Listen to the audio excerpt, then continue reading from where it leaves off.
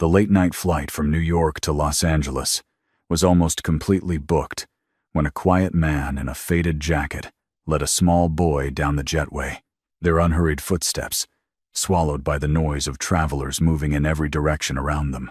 The man's clothes were clean, but worn the kind of worn that no amount of careful ironing could fully conceal, and more than a few passengers gave him a second glance as he guided the boy toward the forward cabin.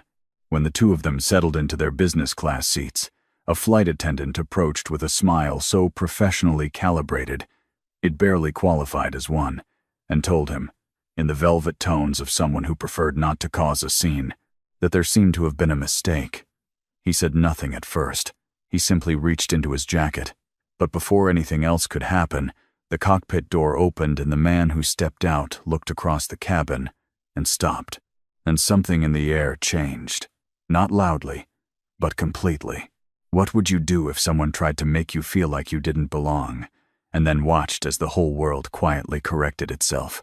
The gate at John F. Kennedy International Airport announced the flight at 10 minutes past 9 in the evening, and by that hour the terminal had shed most of its daytime energy. What remained was a particular kind of airport fatigue. The shuffle of rolling luggage, the low hum of departure boards updating, the papery smell of recycled air and coffee going cold in cups that would never be finished. Families with young children had mostly cleared out on the earlier flights.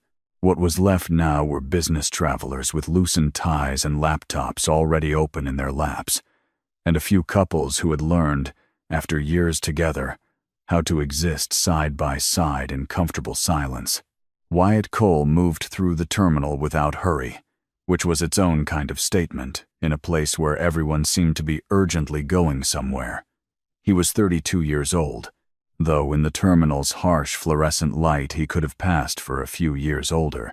There was a quality in his face that had less to do with age than with the particular kind of steadiness that comes from carrying something heavy for a long time and choosing, again and again, not to set it down.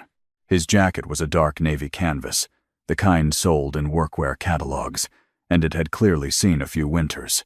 His jeans were clean, his boots were scuffed at the toe. He wore no watch, carried no visible phone, and walked with his left hand loosely holding the hand of a 6-year-old boy who was doing his best to match his father's pace with legs roughly half the length. The boy's name was Caleb. He had his father's eyes, the same careful, watchful quality in them, but his face still had all the softness of childhood that Wyatt's had slowly traded away. He wore a small backpack shaped like a bear, the zipper lined with a loop of stickers he had collected from dentist visits and library events. He said nothing as they walked, but his grip on his father's hand tightened slightly when the terminal's noise swelled around them. Wyatt felt it, and without breaking stride, he gave the boy's hand a single, gentle squeeze. It was a language between them, a whole conversation compressed into the pressure of fingers. Caleb exhaled and loosened his grip just enough. The check-in agent at the business class counter was a young woman with a name tag that read Patricia. She had been doing this long enough to have developed a near-perfect poker face, but something shifted when she scanned Wyatt's boarding pass, a micro-expression, barely a flicker, that Wyatt caught and did not comment on. She handed the pass back with both hands. "Have a comfortable flight, Mr. Cole," she said, with a precision of courtesy that was slightly different from the tone she had been using with the passengers ahead of him. Wyatt thanked her and moved on. Caleb tugged at his father's sleeve as they joined the boarding queue. "Are we first class?" he asked, in a voice that carried the particular clarity of children in quiet spaces. "Business class," Wyatt said. Caleb considered this. "Is that like almost first class?" "It's different," Wyatt said. Caleb processed this for a moment. "Is it good?" "It's fine," Wyatt said. It was, to Caleb, a perfectly acceptable answer.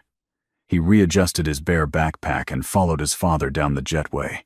The Airbus was a wide-body aircraft on a cross-country route, and the business class cabin occupied the forward section, a double row of wide leather seats, arranged in a configuration that offered each passenger a meaningful degree of privacy. The lighting was soft and amber, carefully designed to suggest comfort before the passengers had even settled in. The seats themselves were upholstered in charcoal gray, and the cabin smelled faintly of something that had been engineered to smell like nothing in particular, but leave a vague impression of quality. The passengers already aboard wore the easy confidence of people accustomed to this environment. A woman in a cream blazer was exchanging messages on her phone with the particular urgency of someone whose urgency was itself a status symbol. Two men in matching company lanyards were talking across the aisle in the lowered voices of people who expected to be overheard by people worth impressing. Near the window, a silver-haired man in a suit that had been made by someone who did not advertise his services was reading a physical newspaper with the methodical pleasure of someone who had earned the right to be completely offline. Wyatt found their seats 9A and 9B against the window on the left side and began to settle Caleb into the window seat, helping the boy understand which buttons did what, which storage compartment was theirs, and why it was probably best not to touch the screen just yet. He did all of this in a low, patient voice, as though they were the only two people on the aircraft, which was the effect of his manner generally. He had a way of making whoever he was talking to feel like the only consideration in the room. It was Caleb who first noticed the looks. He noticed them the way children notice things, without quite knowing what they mean, but accurately enough to register the temperature change. A man 2 rows forward had glanced back twice. The woman with the cream blazer had done a slow, sliding assessment of Wyatt from his boots upward. None of it was theatrical. It was the casual appraisal of people who had strong instincts about who belonged in certain spaces and were mildly confused by evidence to the contrary. "Dad," Caleb said quietly, leaning close. "Yeah? Are we in the right seats?"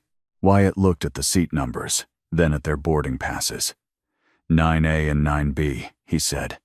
"That's us." Caleb nodded, but didn't entirely relax. He had absorbed enough of the ambient atmosphere to understand that the question was about something more than seat numbers. Wyatt understood this too, and he rested his forearm on the armrest in a way that was simply there, simply calm, like something that had no intention of going anywhere. The cabin continued to fill. A flight attendant moved through the aisle, offering pre-departure drinks from a tray, champagne and orange juice and sparkling water. She paused at every row. She did not pause at row 9. Wyatt did not flag her down. It was around this point that the flight attendant named Madison Holt made her first appearance. She came from the forward galley with the practiced efficiency of someone who took genuine pride in operational precision. Madison was in her mid-30s, sharp-featured, her uniform immaculate to the degree that it seemed almost architectural. Her hair was pulled back in a chignon tight enough to suggest that she approached personal presentation with the same standards she applied to everything else. She moved through the cabin with a clipboard she didn't actually need, conducting a visual assessment that was professional and thorough and, beneath its professional surface, something slightly more than that. She reached row 9, and her gaze moved from Caleb to Wyatt, and back again, with a hesitation she managed to keep almost entirely out of her expression. "Almost. Good evening," she said, addressing the row without quite addressing Wyatt directly. "Can I confirm your seat assignments this evening?" Wyatt held up the boarding passes, 9A and 9B. Madison took them. She studied them for a moment longer than was strictly necessary. Her expression gave away nothing concrete, but her posture had acquired a slight additional quality, a fractional straightening, a shift that suggested she was now operating in a mode that required a different kind of attention. "One moment," she said. She did not smile as she said it. She moved forward with the boarding passes still in her hand. Caleb watched her go. "Why does she have our tickets?" he asked. "She's checking something," Wyatt said. "What is she checking?" "I'm not sure yet." Caleb turned this over. "Is something wrong?" "No," Wyatt said. The word was simple and complete, the way a wall is simple and complete. Caleb leaned back against his seat. Madison returned. 3 minutes later. In the interval, she had apparently conducted some kind of consultation because her expression had reorganized itself into something more formal, the particular formality of someone who has decided on a position and is now preparing to hold it regardless of what comes next. "Mr. Cole," she said. And this time she did address him directly.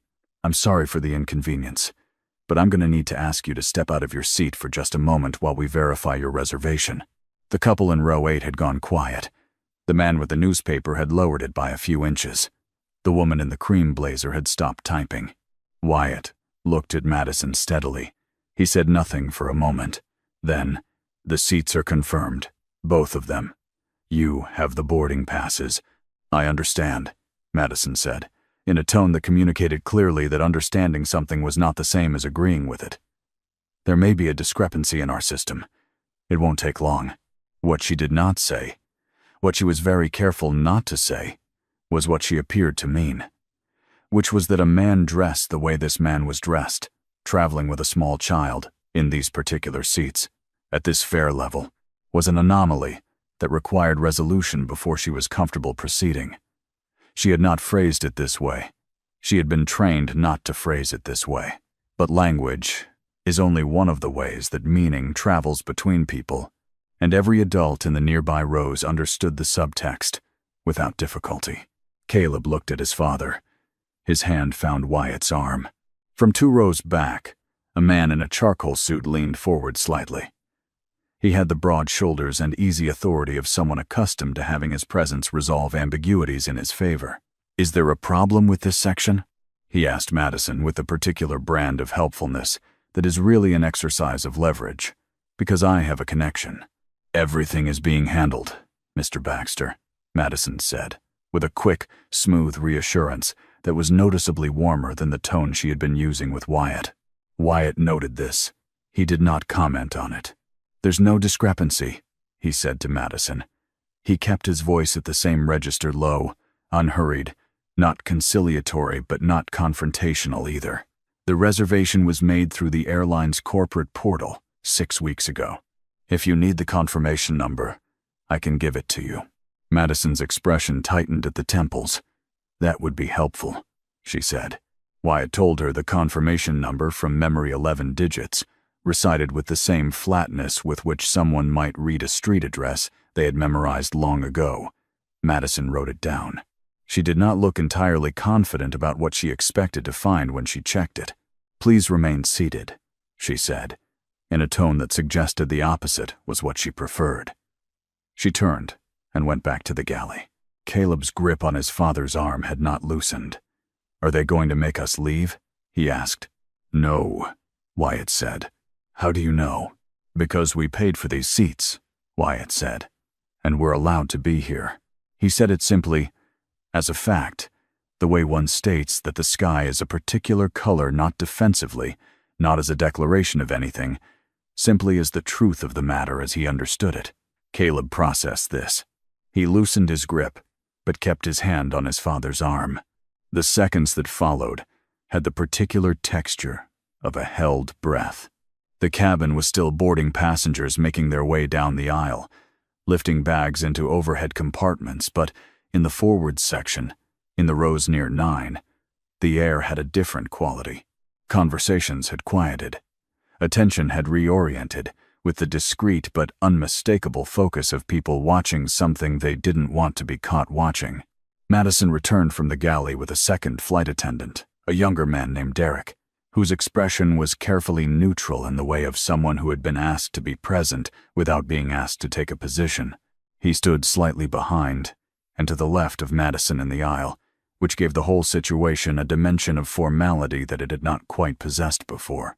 "Mr. Cole," Madison said. She had her tablet in her hand now. "The confirmation number appears to be associated with a corporate account." "Yes," Wyatt said. A pause. "Could you tell me which company?" The man in the charcoal suit leaned forward another inch. The woman in the cream blazer had put her phone face down on her tray. Wyatt looked at Madison. "If there's a question about the validity of the reservation," he said, "you're welcome to speak with the gate agent." Patricia confirmed both boarding passes at check-in. "I understand that," Madison said. "But company accounts at this fare level are typically—" She stopped. She had caught herself on the edge of something she did not want to say aloud. "Are typically what?" Wyatt asked. He was not aggressive. He was simply asking. Madison adjusted her grip on the tablet. They're typically associated with travel coordinators, she said. I'd like to verify that the account holder is aware of this booking. The account holder is aware, Wyatt said. He's sitting in seat 9A. Derek, behind Madison, had gone very still. There was something in his expression, a slight widening of focus, like a man who has just heard a phrase in a half-remembered language and is trying to place it. He looked at Wyatt more carefully than he had been looking at him before. Caleb, meanwhile, had turned to look at the window. Outside, through the small oval, the tarmac was lit in the cool blue-white of runway lights, and a luggage cart was moving in the middle distance with unhurried purpose. He watched it the way children watch things that have nothing to do with the tension around them, not to escape it, but simply because there was something real and moving and ordinary about it, and ordinary things had a certain authority in moments that were not. "Sir," Madison said, and her voice had acquired the additional firmness of someone who had decided that patience had reached its limit. "I'm going to need you to step into the aisle while we complete this verification." She did not say, or else. She did not need to. The implication was architectural. Wyatt looked at her. He looked at Derek. He reached into the inside breast pocket of his navy jacket and produced a business card. Plain white, minimal text. Nothing on it that would signal much to someone who wasn't already looking for it. He placed it on the armrest between them. "You can verify it with this," he said. Derek looked at the card before Madison did. His stillness deepened. Madison picked it up. "Read it." Set it down. Read it again. Whatever Madison had expected to find on that card, it was not what she found. This was legible in the way her posture changed, not dramatically, but in the manner of a structure that has just been shown where its load-bearing elements actually are. She held the card for a moment longer than was natural. She did not speak. Around them, the boarding process continued, bags thudding into overhead bins, the aircraft filling with the weight of its passengers, indifferent to the small drama occurring in row 9. The sound of footsteps from the forward galley. The cockpit door opened. Captain Gabriel Reeves was 51 years old, with 23 years in commercial aviation and the particular physical presence of a man who had spent decades being the calmest person in the most serious situations available to civilians. He was tall, with graying temples, and a face that had been trained professionally and personally into a state of steady reliability. He had come out, it would later be explained, to review a minor systems note with the senior flight attendant. But when he stepped into the cabin and allowed his gaze its natural sweep across the forward section, it stopped. It stopped at row 9. Gabriel Reeves had met Wyatt Cole exactly twice in person. Both times had been in circumstances that a person did not forget. The first in a boardroom in Lower Manhattan during the worst week the airline had experienced in a decade, and the second briefly, informally, in a hallway afterward, where Wyatt had simply said, with the same quietness with which he said everything, that he thought the flight operations team deserved more credit than they had been getting. Gabriel remembered both encounters with the clarity of events that had mattered at the time, and continued to matter in retrospect. He walked across the cabin. Madison saw him coming and straightened her spine in the automatic way of someone who is aware that the frame of reference has just shifted dramatically. Gabriel stopped at row 9. He looked at Wyatt, then at Caleb, then back at Wyatt, with an expression that was difficult to categorize, not surprise exactly, because Gabriel Reeves was not a man who showed surprise easily, but something like recognition with weight behind it. He was a man who understood, better than most, the difference between rank and character, and he had understood it about the man sitting in seat 9A from the first time they had met. "Sir," he said. His voice was the same as it would have been over the intercom, steady, professionally warm, unambiguous in its calibration. "We didn't expect you on this flight." The cabin was quiet, not the polite, distracted quiet of people minding their own business. A different kind of quiet, the kind that comes when a room realizes, without anyone announcing it, that it has been watching the wrong thing for the last 20 minutes. Wyatt looked up at him. "Evening, Captain," he said. Gabriel extended his hand, and Wyatt shook it. It was a brief, direct handshake, the kind that communicates mutual respect between people who do not need to perform it. Traveling with your son? Gabriel said. Visiting family in Los Angeles, Wyatt said. Gabriel nodded. His eyes moved briefly to Madison, who was standing perfectly still in the manner of someone whose understanding of the situation has undergone a rapid and significant revision. Herr Tablet was at her side. Her expression was composed, but composed the way ice is composed, holding its form through effort rather than temperature. Derek was studying the carpet. Gabriel looked back at Wyatt. Is there anything we can do to make the flight more comfortable for you? He said it straightforwardly, without ceremony, which made it more powerful than if he had announced it. Wyatt glanced at Caleb, who had turned from the window and was now looking at the captain with the frank curiosity of a child encountering something genuinely interesting. No, thank you. The crew will take care of anything you need, Gabriel said. A brief pause. It's good to have you with us. Good to be here, Wyatt said. Gabriel held his gaze for a moment. There was something in the exchange that was communicated in that pause, a shared understanding of what had just happened, of what it had cost Wyatt not to say anything, and of what that restraint said about him. The captain gave the smallest of nods. Then he turned, spoke 2 quiet words to Madison that no one else could hear, and returned to the cockpit. The door closed behind him with a soft, definitive click. The silence that followed was of a different quality than the one before. The truth of who Wyatt Cole was moved through the cabin, the way water moves through a room, not with any single dramatic motion, but as a rising, finding every low place. He was a majority stakeholder in the airline, not a passive one. Either 3 years earlier, when the company had been hemorrhaging money and facing what the financial press had described, with barely concealed relish, as a structural collapse, it had been Wyatt who had seen something worth saving in the operational backbone of the organization and made a private commitment to it. He had done this quietly, without a press release, without a profile in any publication. He had simply transferred the capital, attended a handful of board meetings with the same unhurried attention he gave everything else, and let the company do what it had always known how to do when it had the resources to do it. Almost no one in the public-facing operations of the airline had ever seen his face. He had preferred it that way.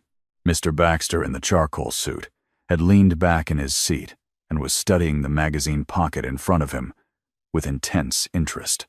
The woman in the cream blazer had picked up her phone again, but was not visibly typing.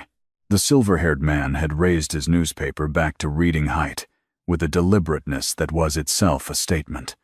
The statement of someone who found the entire episode mildly beneath the level of his attention, which may or may not have been an accurate representation of his actual feelings.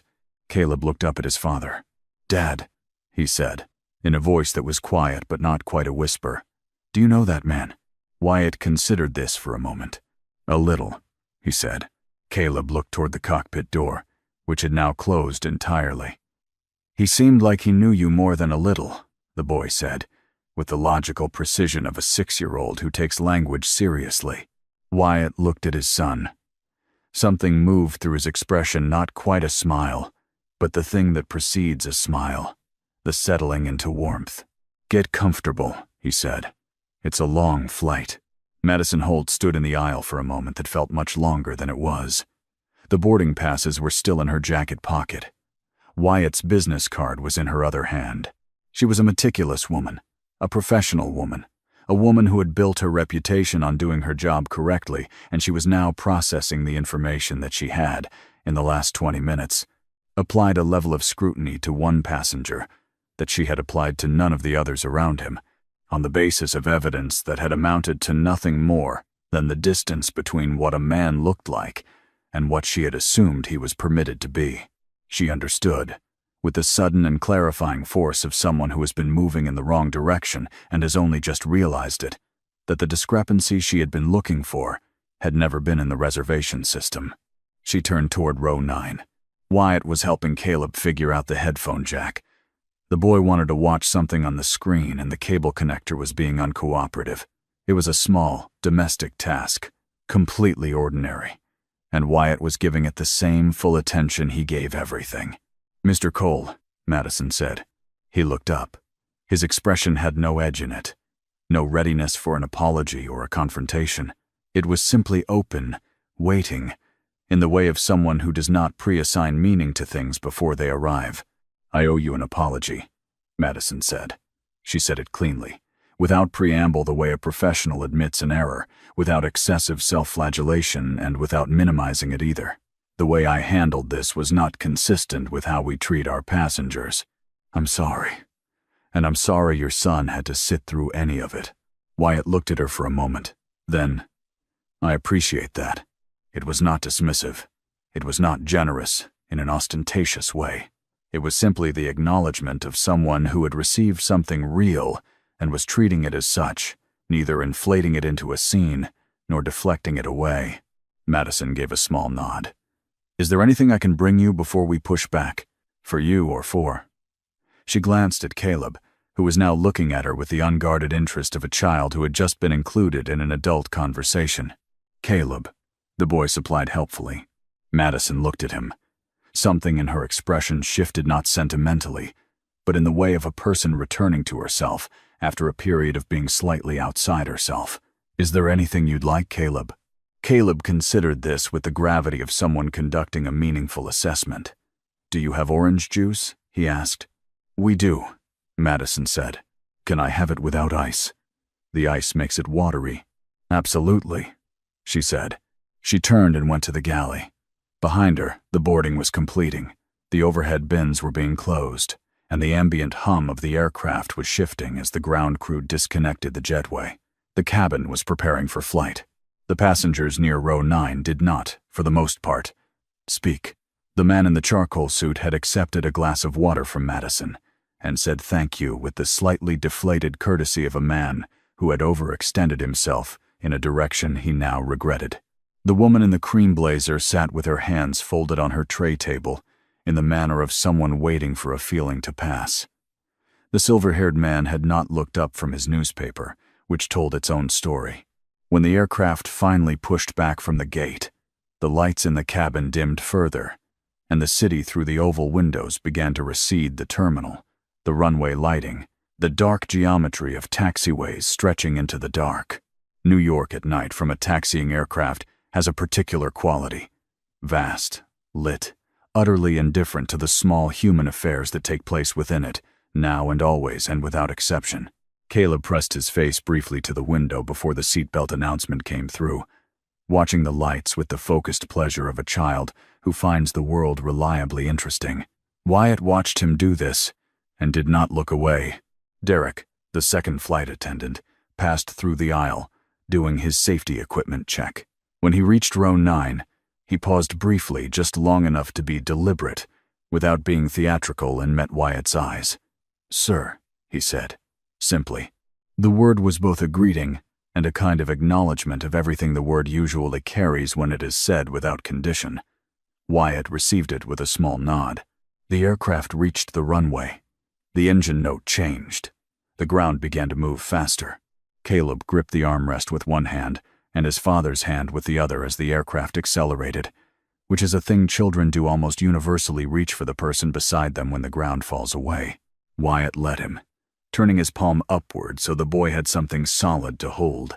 The wheels left the tarmac. The lights of New York spread out below them, and for a moment the cabin was lit from beneath by the city's glow, a warm, vast, amber light that came up through the windows and caught the faces of every passenger, with the same impartial illumination, without distinction, without preference, the way light always works when left to its own logic.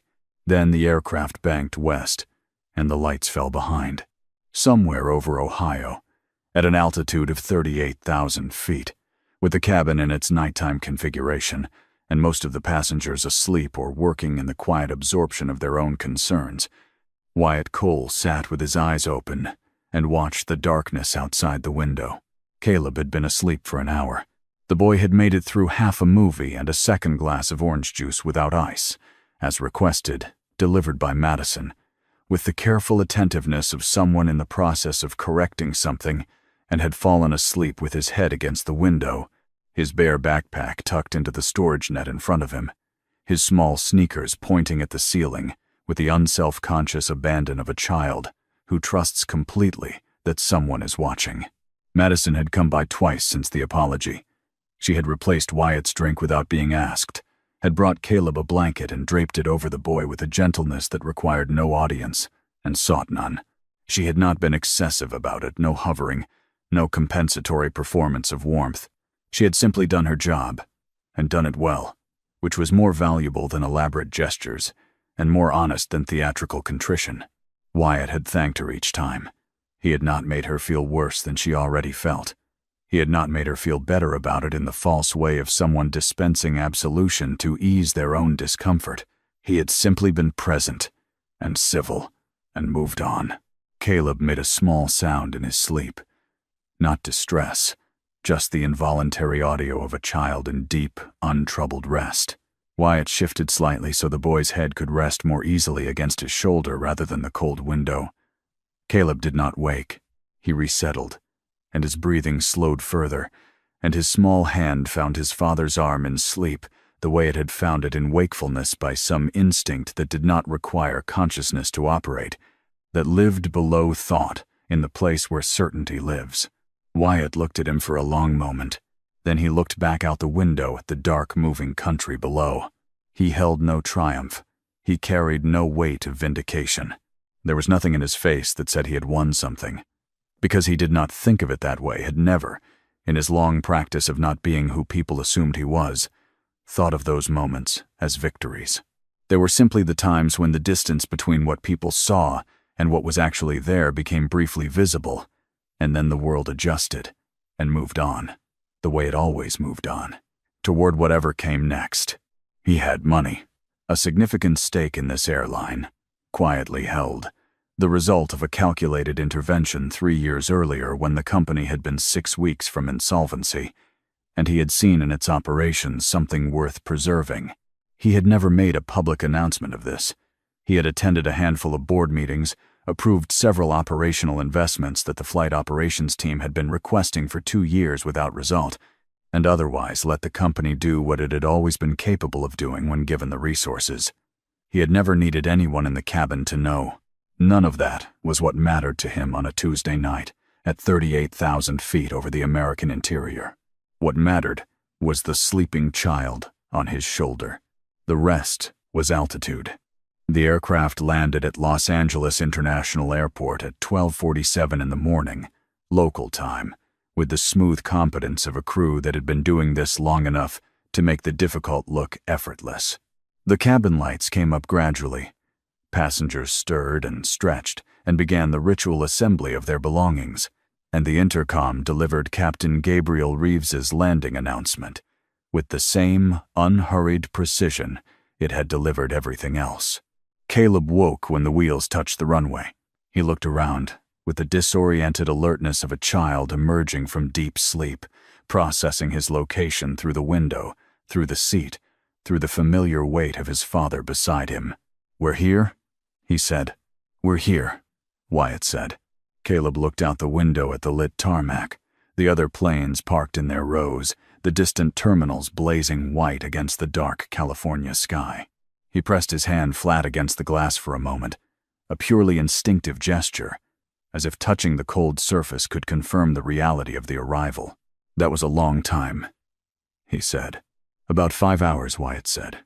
Caleb retrieved his bare backpack from the storage net and slung it over both shoulders with the businesslike efficiency of a seasoned traveler. He looked at his father. "Did you sleep?" he asked. "A little," Wyatt said. Caleb considered this with the characteristic precision he applied to most things his father told him. He did not push it. He zipped his backpack and waited. Madison was at the forward galley as they deplaned, standing near the exit with the composed professionalism she had maintained through the second half of the flight. When Wyatt reached her, she met his eyes directly, not performing anything, just present and accountable. "Thank you for flying with us, Mr. Cole," she said. She said it the way people say things when they mean more than the words carry carefully, with a precision of intention that both of them understood. Wyatt nodded. He was about to move past her when Caleb stopped and looked up at her with the frank directness that is the exclusive domain of children who have not yet learned to be indirect. "Thank you for the orange juice," he said. Madison looked at the boy. Something moved through her face. Not guilt exactly, but the softer thing on the other side of guilt. The thing that comes after you have done something you wish you hadn't, and sat with that long enough to actually understand it. She crouched down, briefly, to Caleb's eye level, which was the right thing to do, and she knew it without having to decide. "You're very welcome," she said.